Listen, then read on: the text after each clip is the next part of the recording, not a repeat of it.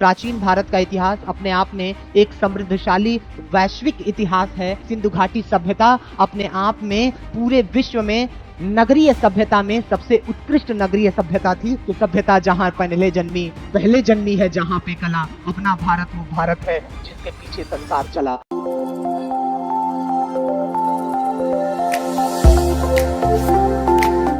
स्वागत है आप सभी का एग्जाम 30 के प्लेटफॉर्म पे।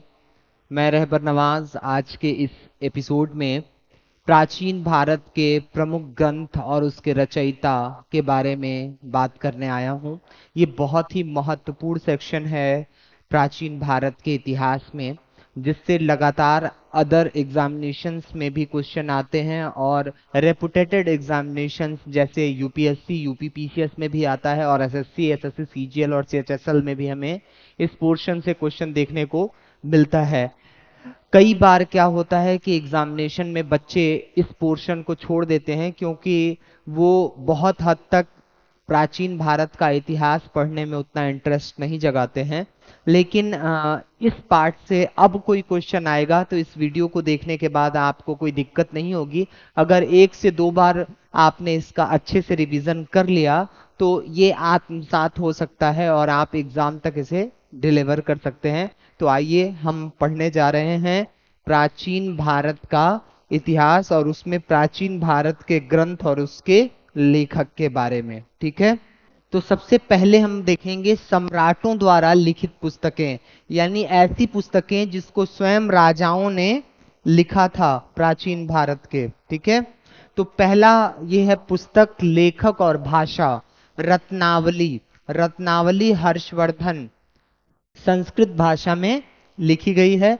हर्षवर्धन के काल में, हर्षवर्धन स्वयं अपने आप में एक बहुत बड़ा रचयिता था और उसने 3 रचनाएं रचित की हैं, जिसमें रत्नावली, प्रियदर्शिका और नागानंद, ये तीनों हर्षवर्धन के काल से संबंधित हैं और स्वयं हर्षवर्धन द्वारा इनकी रचना की गई थी। ठीक है, उसके बाद अमुक्त माल्यवाद और जामवती, ये श्री कृष्ण देव राय इसके रचयिता हैं। वही कृष्ण देव राय जिसके बारे में बाबरनामा में वर्णन मिलता है। खुद बाबर ने अपनी इस पुस्तक में दक्षिण भारत के सर्वश्रेष्ठ शक्तिशाली राजा के बारे में बताया है जिसका नाम कृष्णदेव राय है और ये विजयनगर साम्राज्य से संबंधित एक महत्वपूर्ण शासक हैं जिन्होंने तेलुगु भाषा में अमुक्त माल्यवाद और जामवती ये संस्कृत भाषा में इन्होंने लिखी है। तुझके जहांगीरी, जहांगीर द्वारा लिखा गया है फारसी में। बाबरनामा और तुर्के बाबरी कहते हैं, तुजुके बाबरी, ये बाबर ने स्वयं लिखा है और ये तुर्की भाषा में है। ठीक है, चलिए नेक्स्ट पॉइंट चलते हैं। सम्राटों की जीवनी पर आधारित जो रचनाएं हैं उसकी रचना किसने की है? हर्षचरित बाणभट्ट। तो ये भी मिलाने के लिए आ सकता है कि एक तरफ दे दे बादशाह का नाम, राजा का नाम और दूसरी तरफ उसके काल में दरबारी कवि जो था, लेखक था उसका नाम, तो ये भी मिलाने में आपको सहायता होगी। तो हर्षचरित की रचना बाणभट्ट ने की है, ये भी संस्कृत में है। अकबरनामा अबुल फजल ने की है, फारसी में है। पृथ्वीराज रासो चंदबरदाई ने की है, ब्रज भाषा में लिखा है। हुमायूं नामा गुलबदन बेगम फारसी में, शाहनामा फिरदौसी ने फारसी में। ठीक है, चलिए कुछ अन्य पुस्तकें और उनके लेखकों के नाम हम देखते हैं। बुद्ध चरितम अश्वघोष संस्कृत, गीत गोविंद जयदेव संस्कृत, कुमार संभव कालिदास संस्कृत, मेघदूत कालिदास संस्कृत, मालविकाग्निमित्रम कालिदास संस्कृत में, रघुवंशम कालिदास, मुद्रा राक्षस विशाखा दत्त, ये सभी क्या हैं? संस्कृत की पुस्तकें हैं।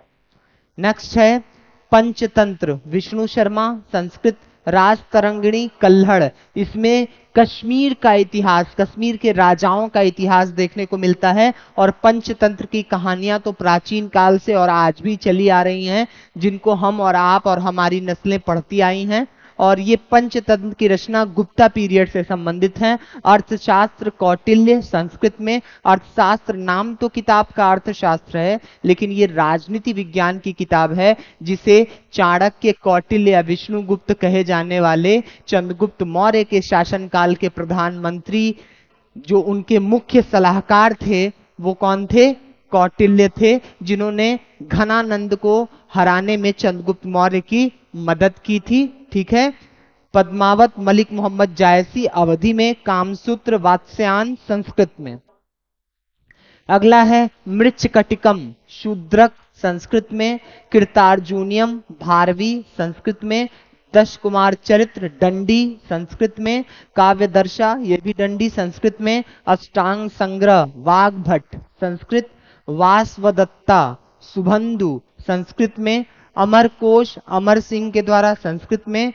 पंच सिद्धांतिका वरामिहिर, ठीक है, ये भी संस्कृत में। फिर उसके बाद हम देखते हैं, इसमें कुछ पोर्शन देख लीजिए। मणिमेखलाई सतनार के द्वारा। पांडुरंग महारत्न तेनालीराम रामकृष्ण, ये कृष्ण देव राय के दरबार में रहने वाला एक कवि था। बृहद संहिता वारामिहिर के द्वारा। ठीक है, ये बहुत ही इंपॉर्टेंट है। और इलांग के द्वारा शिल्पाधिकारम किया गया है। इलांग इलांग, ठीक है। फिर उसके बाद कविराज मार्गम है। फिर उसके बाद विक्रमार्जुन विजय है और शांति पुराना है। ये भी जरा आप सर्च करिएगा, ये आपके लिए होमवर्क है कि 3 से 4 जो ये दिया हुआ है, 3 बचा हुआ है, बृहजात का, कविराज मार्गम, विक्रमार्जुन विजय, शांतिपुरम, ये चारों आपको पता करना है। इसको पता कर लीजिएगा।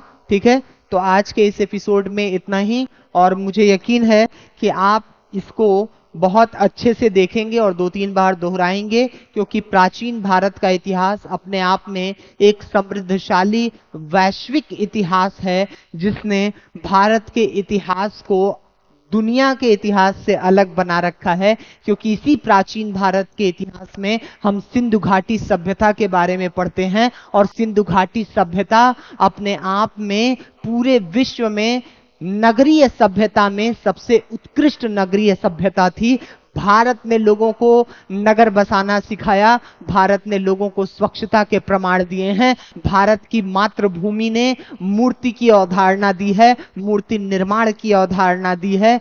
भारत के लोगों ने नगरीय प्रणाली की विकसित प्रणाली उपलब्ध कराई है, और भारतीयों ने ही सभ्यता, कला और संस्कृति का विकास किया है। इसीलिए हमने और आपने एक गाना सुना होगा, जिसमें पुराने अभिनेता मनोज कुमार गाते हैं कि सभ्यता जहां पहले जन्मी है जहां पे कला, अपना भारत वो भारत है जिसके पीछे संसार चला।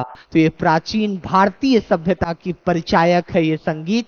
तो आपको बहुत पसंद आएगा ये वीडियो, और एग्जामिनेशन में भी आपके लिए ये काफी हेल्पफुल हो सकता है। तो बने रहिए एग्जाम 30 के प्लेटफॉर्म पे। Thanks a lot.